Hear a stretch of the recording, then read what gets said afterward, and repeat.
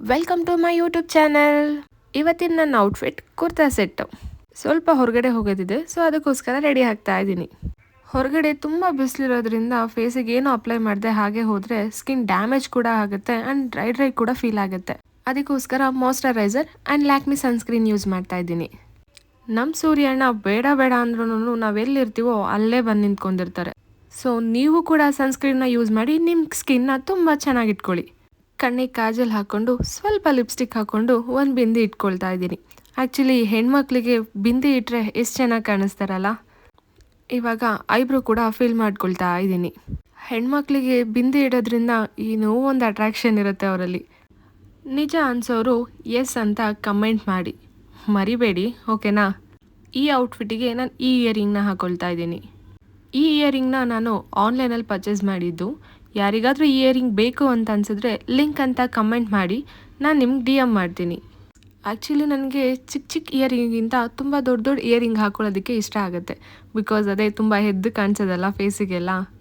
ನೀವೇ ನೋಡಿ ಹೇಗೆ ಕಾಣಿಸ್ತಾ ಇದ್ದೀನಿ ಅಂತ. ಸಮ್ಮರ್ ಟೈಮಲ್ಲಿ ಎಷ್ಟು ರೆಡಿ ಆದ್ರೂ ವೇಸ್ಟೇ. ಬಿಕಾಸ್ ಈ ಸೂರ್ಯಣ್ಣನಿಂದ ನಮ್ಮ ಮೇಕಪ್ ಆಗಿರ್ಬೋದು, ರೆಡಿ ಆಗಿರ್ಬೋದು ಎಲ್ಲ ಹಾಳಾಗಿ ಫುಲ್ಲು ಡಲ್ನೆಸ್ ಕಾಣಿಸುತ್ತೆ.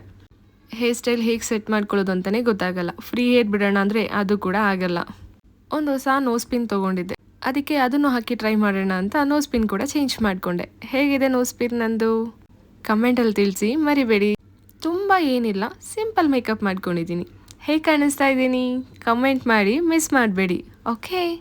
ಹೇರ್ ಸ್ಟೈಲ್ ಮಾಡ್ಕೊಳ್ಳೋಣ ಅಂದ್ಕೊಂಡೆ, ಬಟ್ ಟೈಮ್ ಇರಲಿಲ್ಲ. ಸೊ ಅದಕ್ಕೋಸ್ಕರ ಹಾಗೆ ಒಂದು ಕ್ಲಿಪ್ ಹಾಕಿ ಸುಮ್ಮನೆ ಹಾಗೆ ಸೆಟ್ ಮಾಡ್ಕೊಳ್ತಾ ಇದ್ದೆ.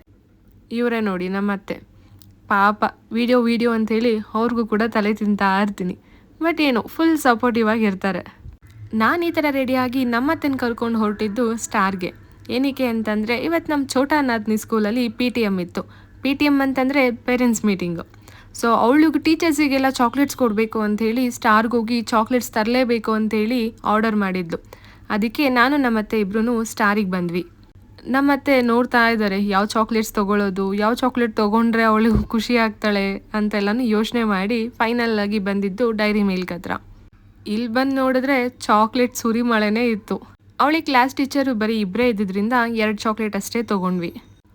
ಅಲ್ಲಿ ಚಾಕ್ಲೇಟ್ನ ನೋಡಿದ್ರೆ ಬಿಟ್ಟು ಬರೋದಕ್ಕೆ ಮನಸ್ಸಾಗಲ್ಲ. ಅದಕ್ಕೆ ನಾನು ನಮ್ಮತ್ತೆನ ಕೇಳಿದೆ, ನನಗೂ ಚಾಕ್ಲೇಟ್ ಕೊಡಿಸಿ ಅತ್ತೆಮ್ಮ ಅಂದಿದ್ದಕ್ಕೆ ಅವರು ಆಮೇಲೆ ಬಂದು ತೊಗೊಳ್ಳೋಣ ಬಾ, ಇವಾಗಲೇ ತೊಗೊಂಡು ಹೋಗ್ಬಿಟ್ರೆ ಮೆಲ್ಟ್ ಆಗಿಬಿಡುತ್ತೆ ಅಂತ 2 ಚಾಕ್ಲೇಟ್ನ ತೊಗೊಂಡು ಬಿಲ್ಲಿಂಗ್ ಕೌಂಟರ್ ಹತ್ರ ಹೋದ್ವಿ. ಹೋಗ್ತಾ ನಮ್ಮ ಅತ್ತೆಗೊಂದು ಪೋಸ್ ಕೊಡೋಕ್ಕೆ ಹೇಳಿದೆ. ಆಮೇಲೆ ಬಂದು ಬಿಲ್ಲಿಂಗ್ ಕೌಂಟರ್ ಹತ್ರ ನೋಡ್ತೀವಿ ಜನಸಾಗರ.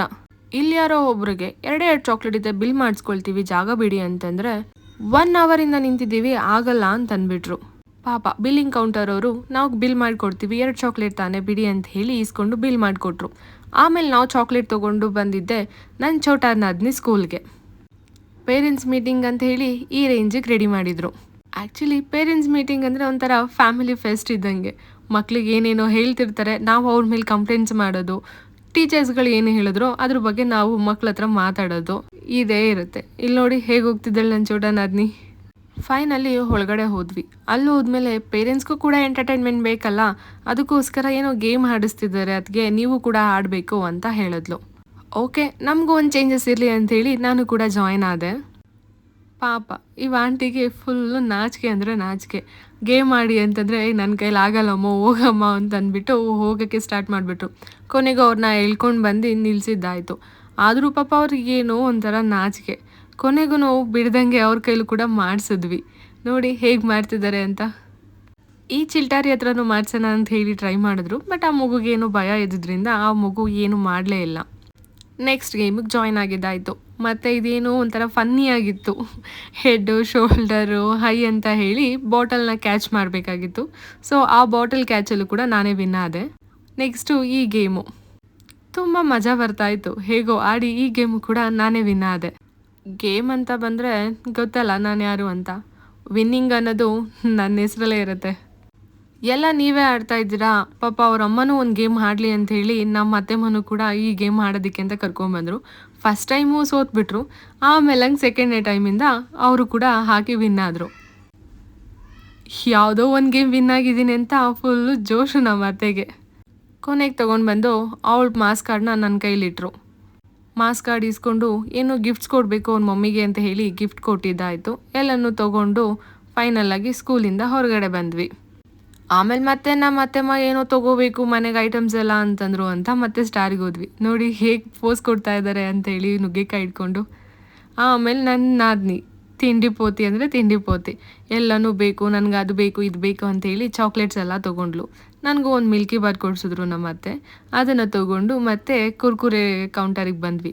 ಇಲ್ಲಿ ನೋಡಿ ಇವಳು ಸಿಕ್ಪಕ್ ಇದನ್ನೆಲ್ಲ ತೆಗೆದು ಕೈಯಲ್ಲಿ ಜೋಡಿಸ್ಕೊತಾ ಇದ್ದಾಳೆ, ಅದು ಬೇಕು ಇದು ಬೇಕು ಅಂತ ಹೇಳಿ. ನೀವೇ ನೋಡಿ ಗೊತ್ತಾಗುತ್ತೆ ಎಲ್ಲ ಹೆಂಗೆ ಜೋಡಿಸ್ಕೊತಾಳೆ ಅಂಥೇಳಿ.